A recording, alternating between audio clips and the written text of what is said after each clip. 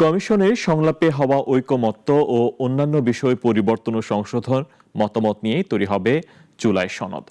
তবে এটি বাস্তবায়নের মূল দায়িত্ব রাজনৈতিক নেতাদের, মন্তব্য করেছেন জাতীয় ঐকমত্য কমিশনের সহসভাপতি। রাজধানীর ফরেন সার্ভিস একাডেমিতে এনসিসি ও রাজনৈতিক দলগুলোর মধ্যে দ্বিতীয় পর্বের সংলাপের 23তম দিন। শেষ দিনের আলোচনায় ছিল সাংবিধানিক 4টি প্রতিষ্ঠানের নিয়োগ প্রক্রিয়া ও সংসদের উচ্চকক্ষ সহ আরও কিছু অমীমাংসিত বিষয়। দলগুলোর পক্ষ থেকে বলা হয়, খুব তাড়াহুড়ো না করে 2-4 দিন সময় বেশি লাগলেও আলোচনা পূর্ণাঙ্গ করা দরকার। 4টি সংস্থার নিয়োগে বিএনপি সহ 4-5টি দল নোট অফ ডিসেন্ট দিয়েছে। উচ্চকক্ষের পক্ষে বেশিরভাগ দল একমত, তবে পদ্ধতি নিয়ে দ্বিমত রয়েছে। বাংলাদেশের আর্থসামাজিক বাস্তবতায় সাধারণ মানুষের ট্যাক্সের টাকায় আমরা এ ধরনের উচ্চাভিলাষী উচ্চকক্ষ একেবারেই অপ্রয়োজন। বাস্তবায়নের পথটাই সব থেকে গুরুত্বপূর্ণ বিষয়।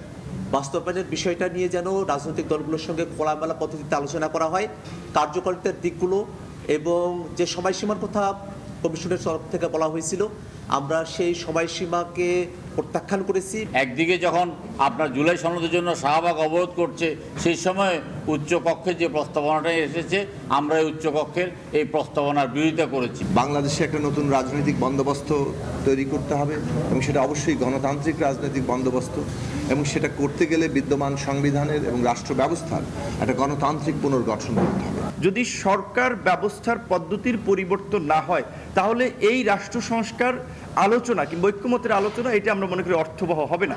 কমিশনের সহসভাপতি বলেন, জুলাই সনদ বাস্তবায়ন প্রক্রিয়ার ক্ষেত্রে প্রধান এবং মৌলিক দায়িত্বটা রাজনৈতিক নেতাদের।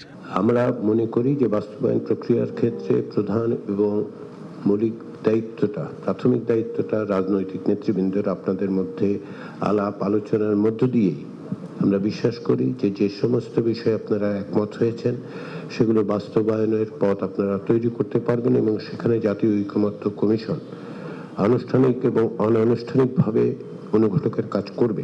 2 পর্বের আলোচনায় এখন পর্যন্ত 13টি বিষয়ে ঐকমত্য প্রতিষ্ঠিত হয়েছে। কোথাও কোথাও নোট অফ ডিসেন্টের সুযোগ ছিল, যা এখনও আছে। আরও কোনো ভিন্নমত থাকলে তা রেজিস্টার করার সুযোগ থাকবে, বলছে কমিশন। সাইফুল শাহিন, নাগরিক, ঢাকা।